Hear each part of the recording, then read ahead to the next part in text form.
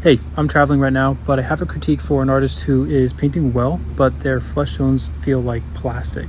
So you'll see me demonstrate how to create natural texture and bring color into your gradients, and then I'll get into temperature shifts and other tips for breaking out of this fake feeling. And this video will be best for people who already understand how to make something appear to be 3D, whether you are a digital or a traditional artist.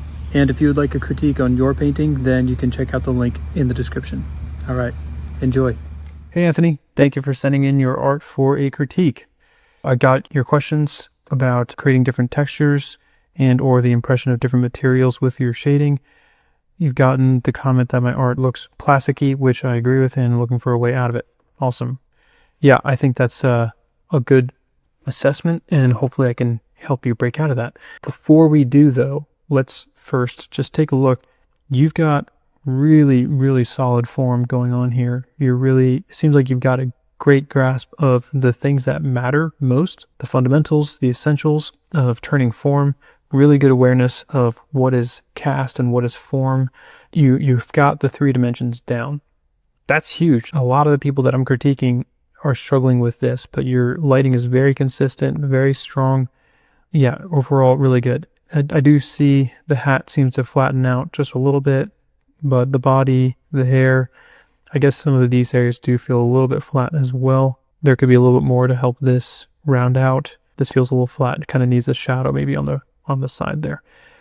But overall, your figure especially, it's looking really good. Yeah, great job with that.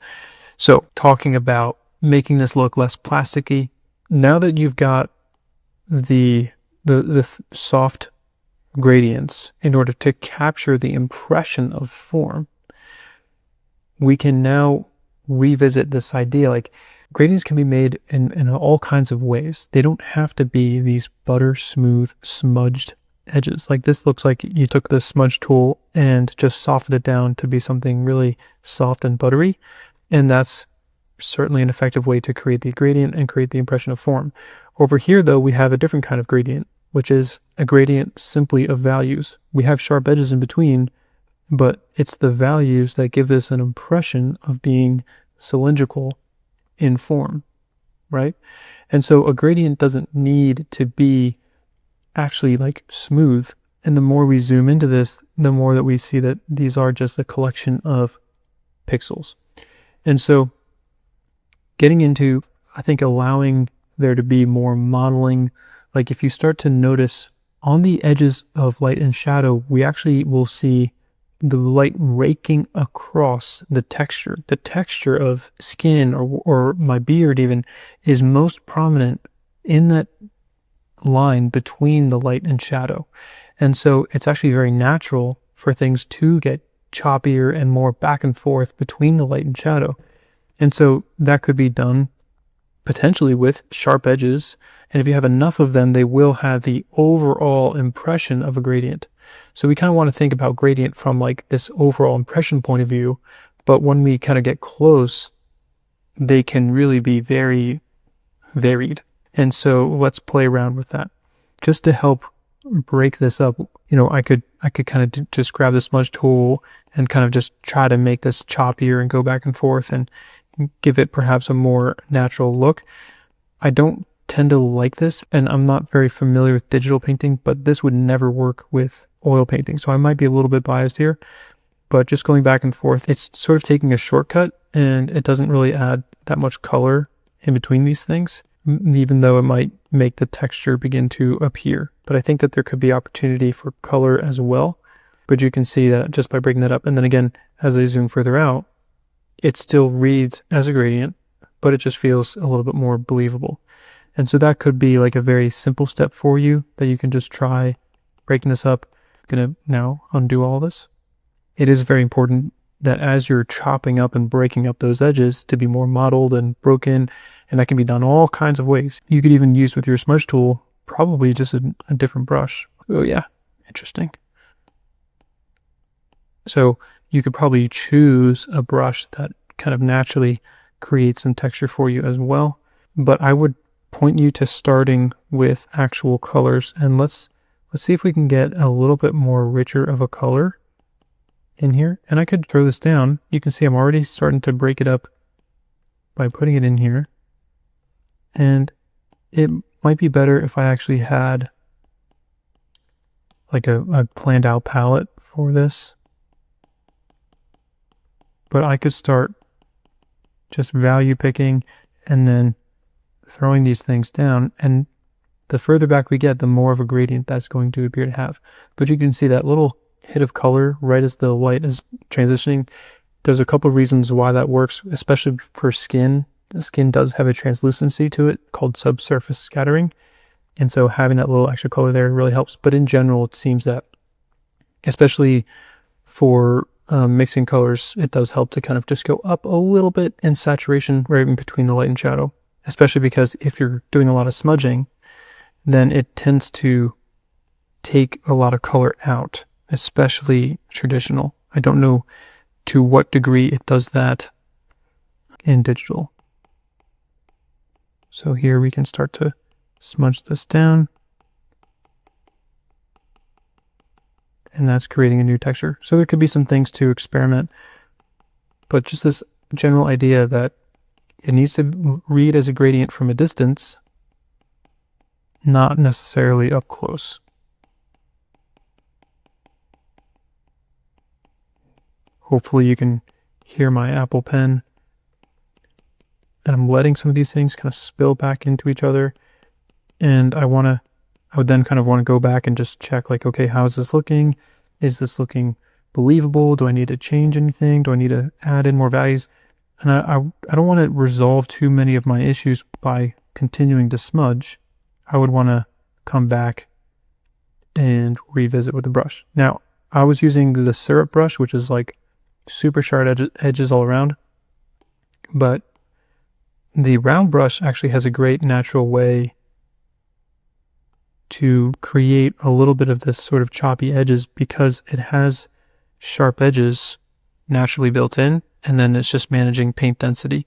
So if you're grabbing kind of in between values, and if you could create a gradient without even using the smudge tool, and that might be, trying to think about ways for you to improve this, is that maybe you just don't allow yourself to use the smudge tool whatsoever, but instead you can only make a gradient using the round brush, the standard Procreate. And if you're doing Photoshop, there's a version of that. It's just a brush that's pressure sensitive, but still has sharp edges. And so here we, again, have a gradient, but we've created some of that texture. Cool. So again, there's many ways to do that, but this is kind of just a very small nudge in that direction of, yeah, there's a little bit more texture here, even a little bit more color variation, which both the color variation and the model-ness is bringing out a more organic feel, more lifelike skin, less plasticky. Both of those things are helping making it less plastic, which is kind of another idea. You could think about color temperature if you're familiar with that. If you think about maybe certain places where you would want to have different colors. So let's say that this is our overall color of the skin in here. But maybe the skin has a little bit more pink in some areas. So without changing the value, if I just try to change the color a little bit, maybe some areas will have more of that. I'm going to come back to this. What if that area had a little bit more green? And I say green, but I don't even know if I'm going to go all the way to green because I don't want to get too far away from that base color. So that looks really green even though it's more of a yellow. Let's bring it back a little bit. Maybe blue would be much nicer. So I'm not trying to get far away from the value, but there might be a few things that help make more sense depending on what plane. And I kind of will just choose one and then see how it looks. So in this case, I'm going to have a new layer on top. I've got the round brush and make it a little bit larger. And let's say that we have more of a blue in planes that face down and to the right. a little bit of blue in there, reflection on the nose, actually maybe right there. Again, this is not going to be perfect as I'm just doing this very roughly. I do want to be careful that I'm not going to change any values too much. For this area, maybe I get a blue without changing the value again.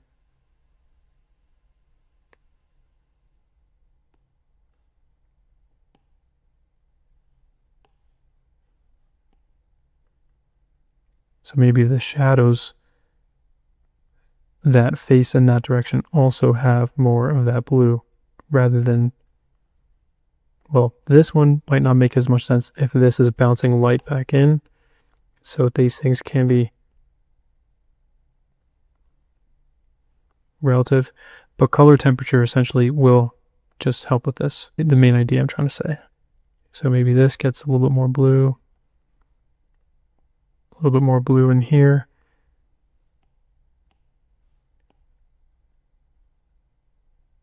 So these little subtleties, they'll add up eventually. So maybe the light itself is a little bit on the warm side. So maybe we have some greens peeking in on these planes that are facing closer to, more in the direction of the light. Again, these just very subtle color shifts. And a lot more finesse kind of needs to be involved in doing this, but it's slowly starting to make this come a little bit more alive. And we're just working within this tight range of all these different colors. Increase the color of pink, maybe somewhere in between. This value is probably too dark, but just to give you an idea. Even if you just throw colors around, you can often get away with it. Color is the most forgiving out of the three values, edges and color, the fundamentals. But yeah, just from that, toggling this on and off, just a little variation starts to make it feel a little bit more like flesh.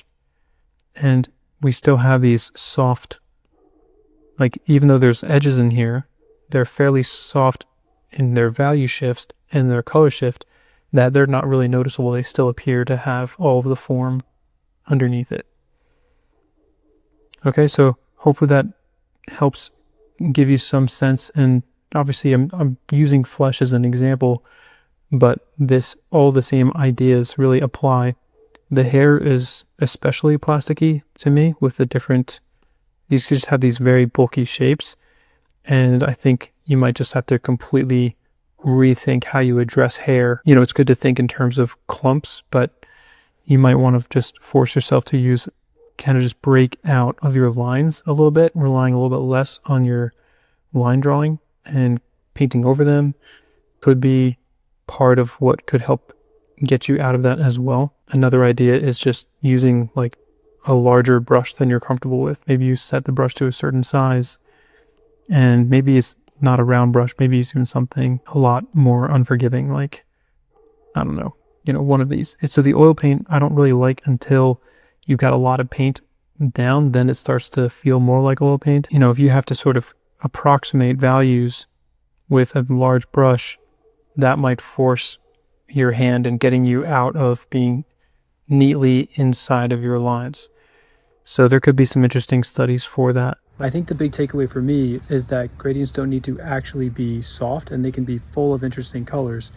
Understanding that really opens up the world of different styles to you. Now, I am doing coaching for both traditional and digital artists. If you're interested in that, then the best place to start is through a critique, which you can find in the link in the description.